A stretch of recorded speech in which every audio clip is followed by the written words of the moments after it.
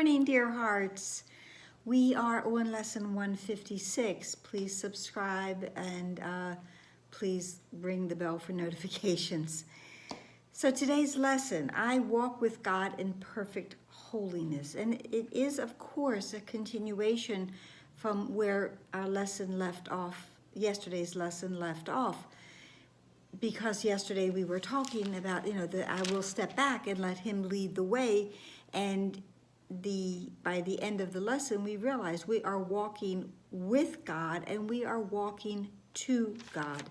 And today's lesson is, I walk with God in perfect holiness. So we can see this continuation. Now, this is the third year that I have done these lessons, these daily lessons. And so each time I look for a way, how can I present this maybe a little bit different than I have in the past? So one of the things in rereading today's lesson, I see some of our previous ideas that are brought forth in this. Now, it's not a review lesson in that sense, but it is a reminder lesson for us to remind ourselves and to remember some of these ideas that are basic tenets of the course that we need to understand in order for this curriculum, which is very consistent, to truly make sense. And this lesson even says we are not inconsistent in the thoughts that we present in our curriculum. And there it isn't. It's repetitive, but it is always the same message. Now, one of the first ideas that is brought forth in this lesson is the reminder that ideas do not leave their source. And we indeed are simply an idea from within the mind of God. So we cannot leave our source. So of course we walk in perfect holiness with God. We cannot be apart from God because we are a part of God. So when we realize this, we realize that, we are a part of God. I'm part of that great one mind. It's another one we bring in. And that indeed, because I am part of that one mind, I have life because life comes from this one mind. There is one life. There is one love. There is one mind, one life, one love. All of these oneness things I share with God. Another one of the ideas that this lesson is reminding us of, which we've had quite frequently lately, is that truth is true. Truth is true and nothing else is true. There is that syllogism again that we must realize that both the first part and the second part must indeed be true in order for the entire statement to be true. And it is. Truth is true and nothing else is true. Another one of the ideas that this lesson is reminding us of is our light. It says there is a light in you which cannot die.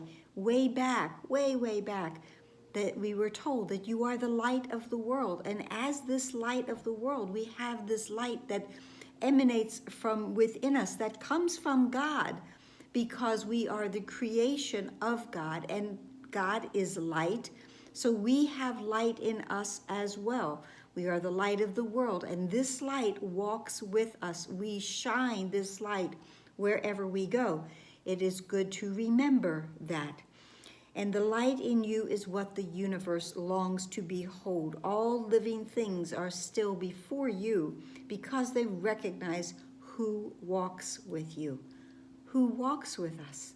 We walk with God. We walk to God. We walk with God in perfect holiness. There is a beautiful part of paragraph 4 when it says, there is a light in you which cannot die, whose presence is so holy that the world is sanctified because of you. And here is that salvation. Here is salvation. Salvation, the whole world is filled with light and true perception and forgiveness, atonement. All is one because of the light that we bring and is within us. And all things that live bring gifts to you. This is so beautiful. And offer them in gratitude and gladness at your feet. The scent of flowers is their gift to you. The waves bow down before you, and the trees extend their arms to shield you from the heat and lay their leaves before you on the ground, that you may walk in softness while the wind sinks to a whisper round your holy head. It's just a beautiful image of we walk with God in perfect holiness, and this is where we walk, and this is our experience as we walk with God.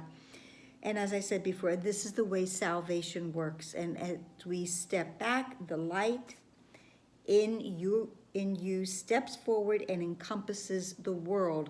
I will step back and let him lead the way. And the light that leads the way is the light in God. It is the truth.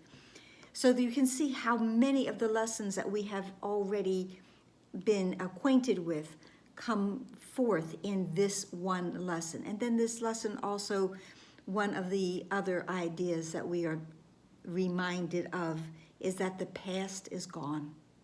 The past can touch you not, because the past is gone. And that is something that we always get to remember. And you have wasted many, many years on just this foolish thought. The past is gone with all its fantasies. They keep you bound no longer, because we are bound and prisoner of the past when we stay stuck in it. So, and the little interval of doubt that still remains, you may perhaps lose sight of your companion, of God or the Holy Spirit, and mistake him for the senseless ancient dream that now is past.